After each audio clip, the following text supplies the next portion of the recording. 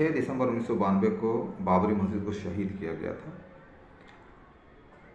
1990 में इसकी मुहिम को तेज करने वाली जो पार्टी थी, राजनीतिक दल, जिसे हम भारतीय जनता पार्टी के नाम से जानते हैं, और इसके जो अग्रणी नेता थे वो लाल कृष्ण आडवाणी।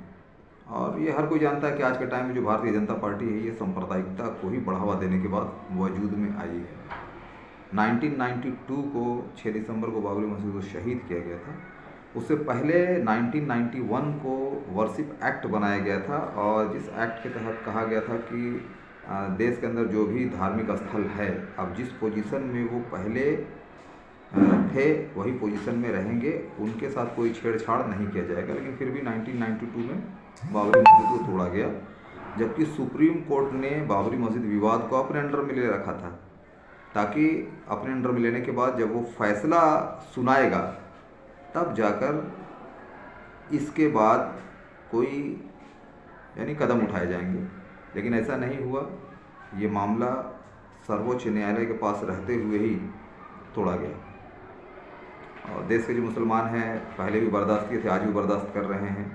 ये सभी को मालूम है कि 1949 में जो है वो रामलला की मूर्ति रखी गई थी।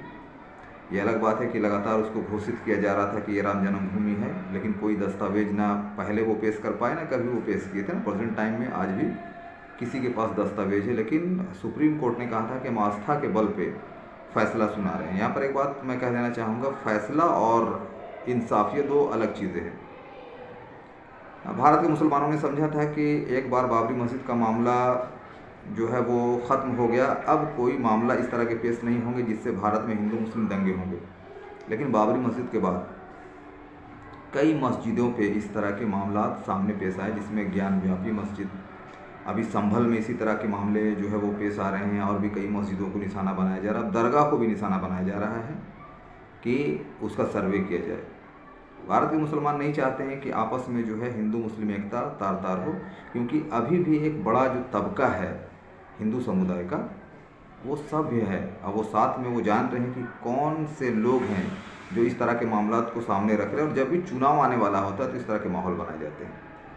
तो जो मुस्लिम कम्युनिटी में उससे यही आग्रह करता हूँ, अपील करना चाहता हूँ कि जो 6 दिसंबर है उसको शहादत दिवस के तौर पे ज़रूर मनाएं, ताकि याद रखा जा सके, और जो अगली पीढ़ी है उसको ये बात समझ में आनी चाहिए कि बाबरी मस्जिद नाम की कोई चीज़ थी। वरना ऐसी भी कोशिश है कि हमारे देश में जो इतिहास है उससे जो मुस्लिम से रिलेटेड इतिहास उसको मिटाया जा रहा है, उसको ख़त्म किया जा रहा है। अभी वक्फ बोर्ड का मामला सामने आया, उससे पहले मौलाना अबुल कलाम आज़ाद फाउंडेशन को बंद किया गया। ना कहीं अल्पसंख्यक समुदाय को डैमेज करने की नीति ये भाजपा की रही है। दूसरी बात यह है कि अभी भाजपा सरकार जो गठबंधन में है, नीतीश कुमार और नायडू ने समर्थन दे रखा है। जो गलतियां ये सरकार करेंगी उन पे नीतीश कुमार और चंद्रबाबू नायडू की भी सहभागिता होगी, और इतिहास कभी भी उन्हें माफ़ नहीं करेगा। अगर ये दोनों हकीकत जानते हुए समर्थन दिए हैं तो इसका मतलब दोषी ये भी है। ये अगर आज समर्थन खींच ले तो सरकार औंधे मुँह गिर जाएगी, और जिस तरह के मामला देश में पेश हो रहे हैं ये मामले ख़त्म हो जाएंगे। क्योंकि जब कानून बना दिया जाता है तो उस कानून का अमल में लाना ज़रूरी होता है। अमल करने वाले लोग तो मान ही रहे हैं, लेकिन फिर भी लगातार इस कानून को तोड़ा जा रहा है। वर्शिप एक्ट, इसे लगातार तोड़ा जा रहा है। चीफ जस्टिस DY चंद्रचूड़ ने अपने जाने से पहले जिस तरह के विवाद को सामने लाकर रख दिया है, इतिहास उन्हें भी माफ़ नहीं करेगा। जबकि उन्होंने बाबरी मस्जिद का जो मामला था, उस जज के पीठ में जो जजों का ग्रुप था उसमें वो भी थे। तो ये सारे मामला सामने नज़र आ रहे हैं, सिर्फ देश के ही लोग नहीं, दुनिया के लोग देख रहे हैं। और जिस तरह से आज एक समुदाय को टारगेट करके परेशान किया जा रहा है, ये किसी से छुपा हुआ नहीं है।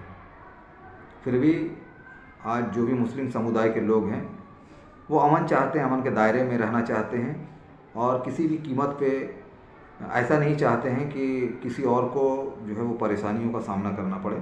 लेकिन कुछ लोग फिर भी बीच से निकल कर आ रहे हैं और इस तरह के मामला को पेश कर रहे हैं, ताकि जो अमन कायम है देश में वो अमन में खलल पड़ जाए। जो एक एकता बनी हुई है हिंदू मुस्लिम के बीच में, वो एकता तार तार हो जाए। इन चीज़ों की हकीकत को समझने की कोशिश करें। देश के लोग, देश के मुसलमान के साथ साथ जो अदर कम्युनिटी के लोग हैं वो अच्छी तरीके से समझने की कोशिश करें। और आज अगर मुसलमान हाशिए पर हैं, उन्हें नुकसान हो रहा है तो सहयोग करें, क्योंकि सत्ता कभी भी किसी के हाथ में हमेशा के लिए नहीं रहता है। अगर आज बीजेपी के हाथ में है, कल किसी और के हाथ में ये सत्ता आने वाला है। जय हिंद, जय भारत।